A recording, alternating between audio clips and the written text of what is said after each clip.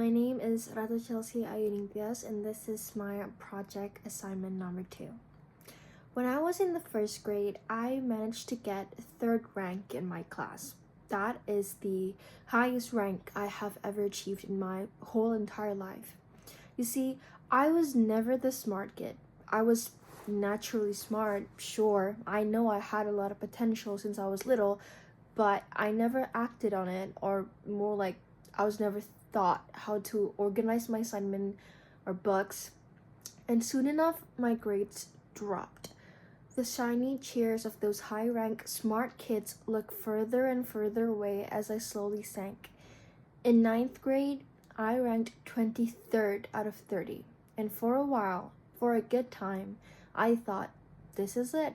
I'm going to rot as a stupid kid who does not know how to study. But then, high school admissions came rolling in, and a miracle happened. I got into one of the most prestigious schools in South Jakarta, SMA N70 Jakarta, and with that, my life changed. One of the best experiences of my life is my high school journey. Not just a day or a week of it, but the whole thing. High school truly changed me as a person in so much good ways than it could possibly do. During my early days at high school, I felt like a loser.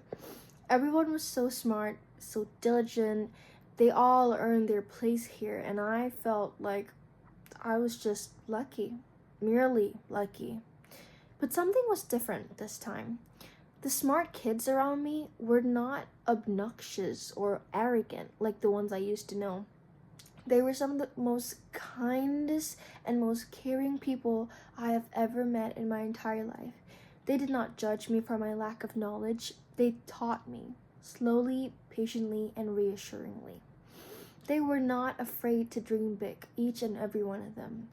Doctors, engineers, lawyers, and their drive for their dreams opened my eyes. For the first time in my life, I was academically inspired. In my first year, I finally learned how to study, time blocking, focus methods, and so on. Things I should have known 10 years ago.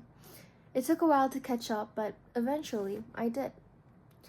During my second year, I tried joining competitions, and for the first time, stepping into my potential, I became wary of the things that I could do as a person.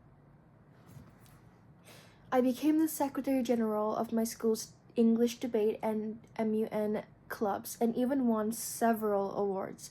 That year, I also joined the student organizations, and my grades reached the highs of 90s, 92s, 95, numbers I thought I'd never see. In my second year, I learned ambition and perseverance. My mom is a nurse, and when I asked her if I should become a nurse like her, she said, "Why don't you become a doctor?" A doctor? Me? That sounded ridiculous, at least at first. But that sentence stuck with me. It burned into my mind, and before I knew it, I dared to say out loud that I want to become a doctor. If I say to the past self of me 10 years ago, "You're gonna be a doctor," I think my past self would laugh at me, because I could not believe the many progress I have stepped on when I step into high school. I began to chase better scores, but unfortunately, during college admissions, I failed. Rejection after rejection after rejection from medical school. This year, I got rejected 5 times by medical school, but something was different this time. I was sad, I was depressed even, but then I woke up and I took a deep breath and decided that I still have time. So here I am in my semi-gap at Universitas Unggul, still striving to be a doctor next year.